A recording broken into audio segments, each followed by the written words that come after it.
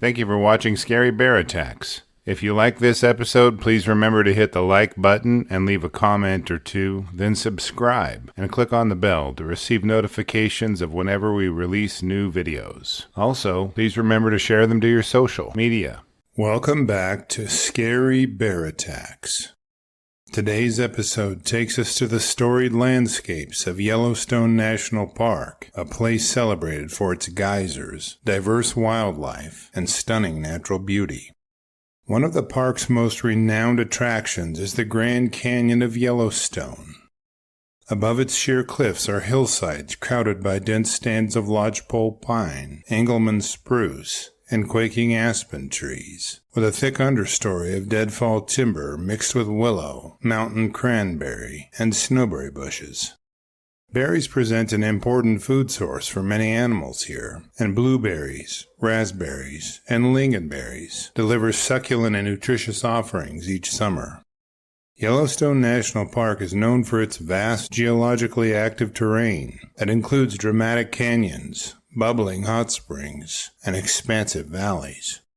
The Hayden Valley, one of the park's most renowned regions, offers an open, rolling landscape punctuated by meandering waterways, such as Otter Creek. In early October, the valley experiences a transitional climate. Mornings are crisp and clear, with cool air that gradually warms into mild afternoons, before giving way to chilly evenings. Although mud pots and geysers have brought the park fame and millions of visitors, it is also known for something else. Problem bears have appeared throughout park history, and rangers are tasked with ensuring public safety and the bears. One such bear was a park darling for a while. She was known as Bear Number 59, and had spent much of her time around the developed area of Canyon Resort. The resort is an area of limited development designed to host visitors and promote preservation through familiarity. Bears aren't supposed to stay in this area, but are expected to transit through on annual migrations that take them to food sources throughout the park. But grizzlies don't always follow the expectations of rangers, and they seem to operate on their own set of rules. On October 5, 1986, 38-year-old William Tesinsky visited the park while snapping photos of wildlife and beautiful scenery. He was an avid outdoorsman, known to always have a freezer full of game meat.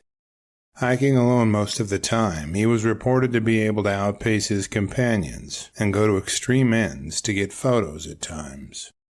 On one occasion, Tesinsky lowered himself by rope over a cliff to get a close-up shot at a pair of nesting eagles.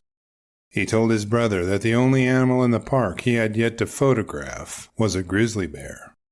Tesinsky had recently gone through his third divorce and was hoping to take photos he could sell to settle financial obligations.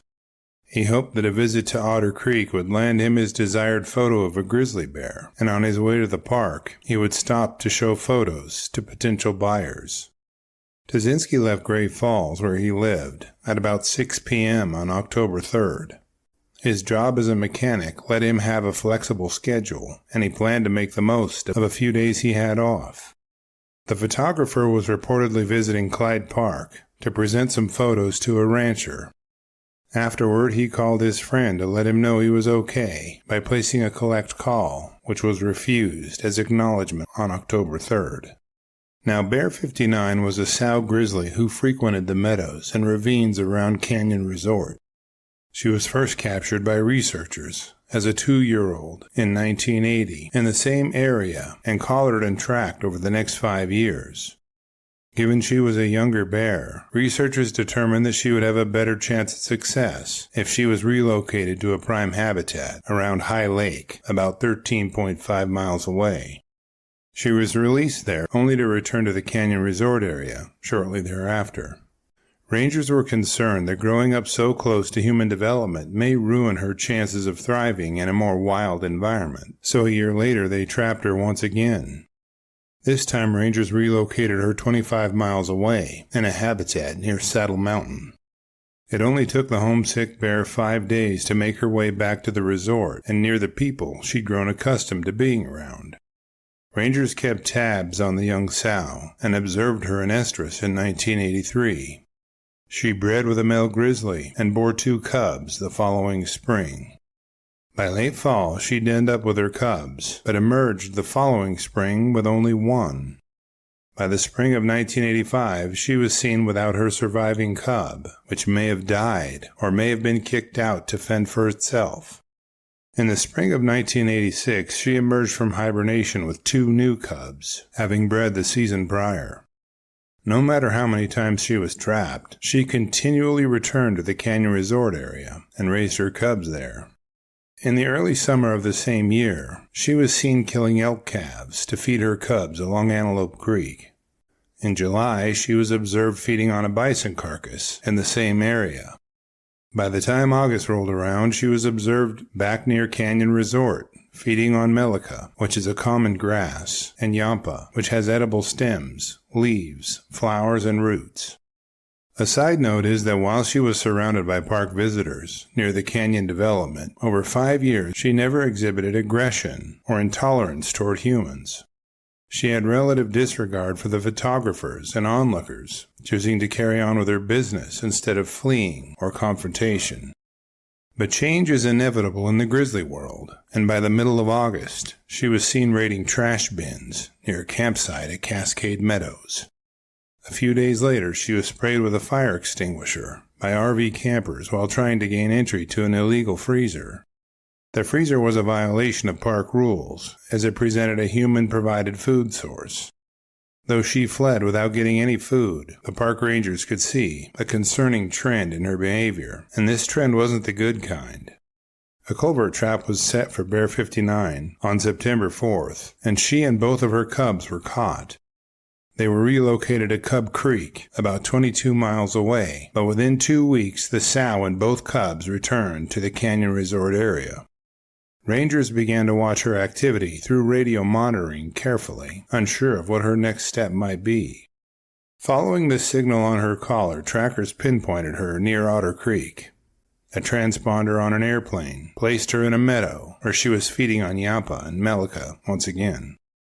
She had positioned herself and her cubs about 400 yards from the Canyon Loop Road, between 3 excellent feeding sites for the grass and roots she frequently ate. Back at Tesinsky's hastily parked truck in a pullout along the Canyon Loop Road, rangers received a message indicating he was reported missing. They had identified his truck had been parked for a few days and thought it may have been abandoned after breaking down. Upon receiving the report of the missing photographer, a thorough search of the Otter Creek area was organized. A little under a half-mile from Tesinsky's truck, rangers picked up his boot tracks. A short distance away, they found his partially consumed remains. A drag trail leading from Tesinsky's corpse revealed the location of his scattered belongings and photographic equipment. Using the bear tracks as well as the man's, the rangers recreated the most likely scenario that led to his death. Tesinsky's truck was parked within sight of 2 of the 3 Yampa feeding sites at which Bear 59 had been feeding. They surmised that he saw the sow and her cubs grazing and utilized his knowledge of the area and the wind direction, as well as a knoll, to conceal his approach. He crested the knoll very close to the sow and her cubs as they grazed, hastily set up his camera gear, and prepared to take several close-up photos of the bears. His blood-smeared equipment was later inventoried as part of the investigation, and the tragedy of his death had an impact felt by park rangers, visitors, as well as his friends and family. As a result of the death and partial consumption of William Tesinsky, Bear number 59 was killed by park rangers. They noted in their report that a habituated bear, as she was labeled, would normally wound or injure a person in a defensive attack. The aspect of the incident that required her culling was that she killed him and consumed a portion of his corpse. Rangers did not indicate that she stalked him predatorily, but attacked him defensively after being approached within her comfort zone. The fact that she fed upon him may have been related to a low production of white bark pine nuts that year, increasing her hunger and desperation. An interesting point mentioned in the incident report stated that bears are considered to be habituated when they become so accustomed to human presence that they do not flee. Habituated bears tend to exhibit a reduced flight distance, meaning they will not move off or toward humans until they are within very close range. Habituated bears frequently have a normal disposition toward people, but suddenly act aggressive once their reduced flight distance is violated. Bear number 59 was acting in defense of herself and her cubs. Given her feeding grounds surrounded her and both of her cubs were present, she may have been defending them from a perceived threat presented by Tesinsky's sudden appearance. Speaking of cubs, our Cub tier membership on Patreon, linked below, will give you ad-free early access to our episodes and any pictures, maps, and documents about them. The $3 per month will go a long way in helping me continue to produce entertaining and educational content like this. With over 1,000 grizzly bears calling the greater Yellowstone ecosystem home today, park authorities struggle to maintain a balance between visitors and bears. The personal and financial demands of professionals who frequent the park in search of photographs add to this burden. Incidents like this one have led to changes in backcountry guidelines to buffer the dangers visitors face with the bear's need for space. After reviewing the facts surrounding this episode, I'm left with a few questions for you. Why did Bear 59 always find her way back to locations near people? Did the sow attack Tesinsky to feed on him, or was her consumption of the corpse an afterthought following his death? Although not mentioned in any sources, do you think her cubs survived without her? What did they learn while being raised by bear number 59? I will gladly read and reply to your thoughts, so post them in the comments section below, and let's talk about it. Thank you for watching Scary Bear Attacks. If you've enjoyed this episode, please consider clicking on the like button and clicking on the bell icon. We'll help you know when we post our new episodes. Posting our video links to your social media profiles furthers awareness, and it's fun. We slashed our prices in our merch store, linked below, so check out the bargains there while you shop. As a member of our human community, remember to adventure bravely and be careful out there, especially in bear country.